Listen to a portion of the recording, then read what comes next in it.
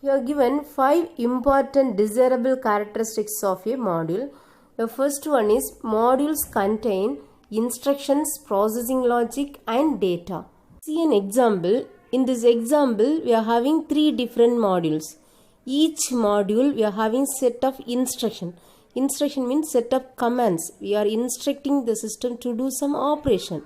Enter 2 number, this is one instruction, and getting 2 numbers, another instruction, like this. We are having set of instructions. Then we are having some processing logic. It is doing some process. For example, here sum is equal to a plus b. It is doing addition operation. And we are having some data. Here we are having a and b, 2 data. So each module we are having set of instruction, processing logic and data. Next, second point, modules can be separately compiled and stored in a library. For each module we can do it separately and store it as a library files. That library files we can use it in any of the program. Just I'll show a demo. Now I open Python IDLE editor and show the demo. Here already I given the function name with the student and given some information related to student. Here my function name is student. Function defined with the keyword def and ends with the colon. Here I given 4 different information related to the function. First one is student name, second register number, third degree and fourth one is average mark. Here 4 different information given under the function student. Now I am going to save this file save as. Already I have saved in the name of n. Now I am going to give another name, save as. My file name is m and save. Now I am going to import the file m in another file. For that I am going to open a new file. Here I am going to import the file m. So import m. From that file I am going to access the function student. So m dot student of.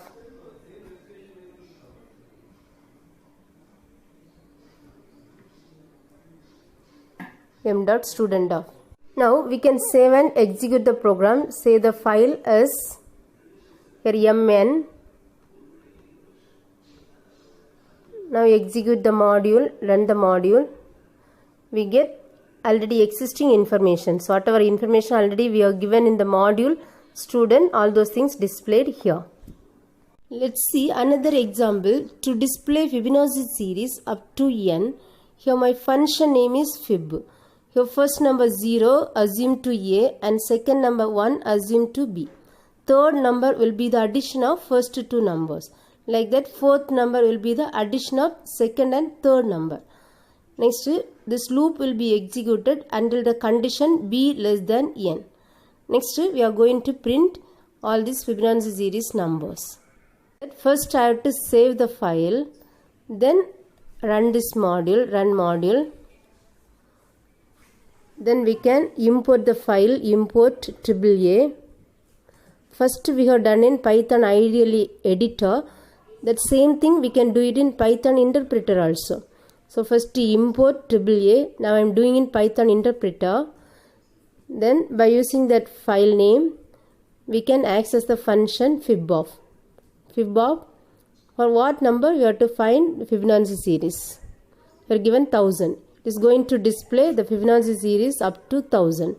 Like this, you can use any number to find Fibonacci series. Like this, we can find for 10,000 also.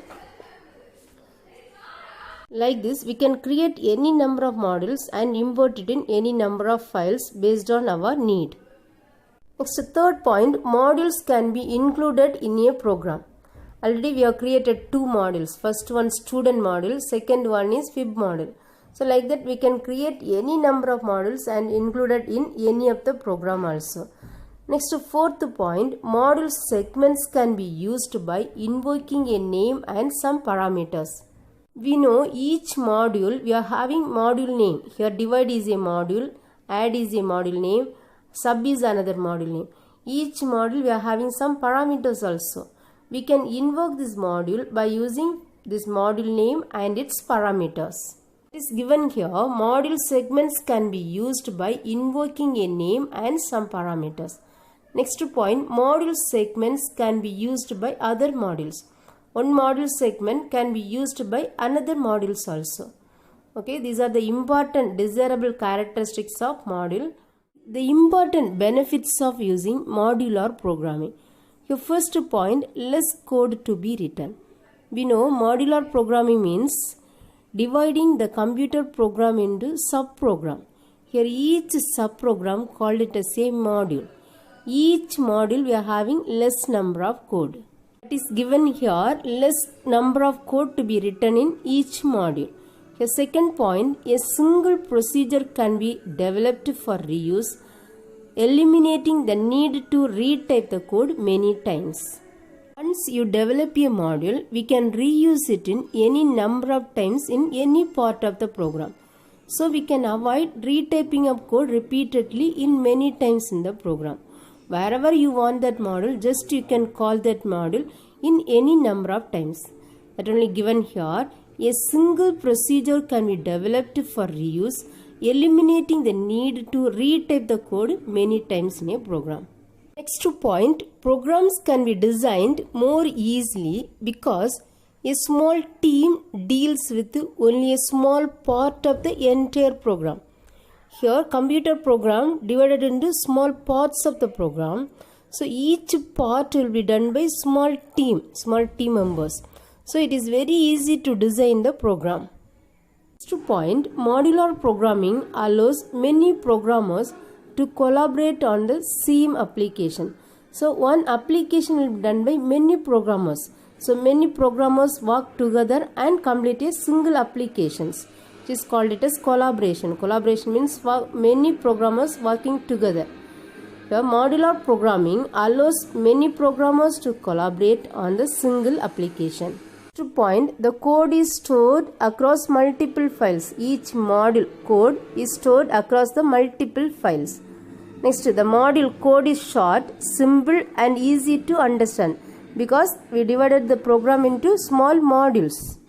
Your next one is very important points. Errors can easily be identified because they are localized to a subroutine or functions. Here we are dividing the whole program into small modules. So it is very easy to identify the errors.